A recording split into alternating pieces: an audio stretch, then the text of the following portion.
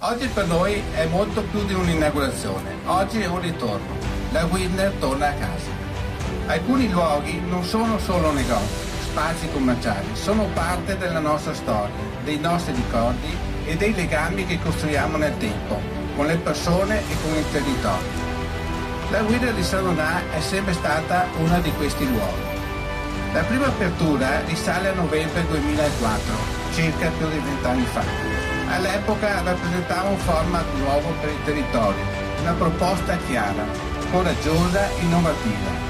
Siamo stati i primi a ispirarci al modello Everyday Low Price, un principio semplice ma rivoluzionario, prezzi bassi tutti i giorni senza dover aspettare promozioni straordinarie. Non era solo una strategia commerciale, era una scelta di identità. E questo è un impegno che abbiamo sempre mantenuto con coerenza e serietà, anno dopo anno. Quando nel settembre 2022 invece abbiamo affidato il punto vendita a un'altra grande catena, pensavamo fosse la scelta giusta. Poi invece col passare degli anni e dei mesi ci siamo accorti che qualcosa ci mancava.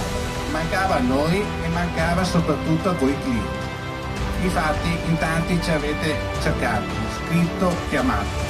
Ci avete detto che la Windner era speciale, che faceva parte della vostra quotidianità, che volevate rivederla com'era, vicina, autentica e familiare. È grazie a questo affetto che oggi possiamo dirlo davvero. La vostra Windner è tornata. Ora con emozione e con orgoglio posso dire che è il momento di ricominciare da dove eravamo lasciati. Con la stessa passione, con gli stessi valori e ancora con più determinazione.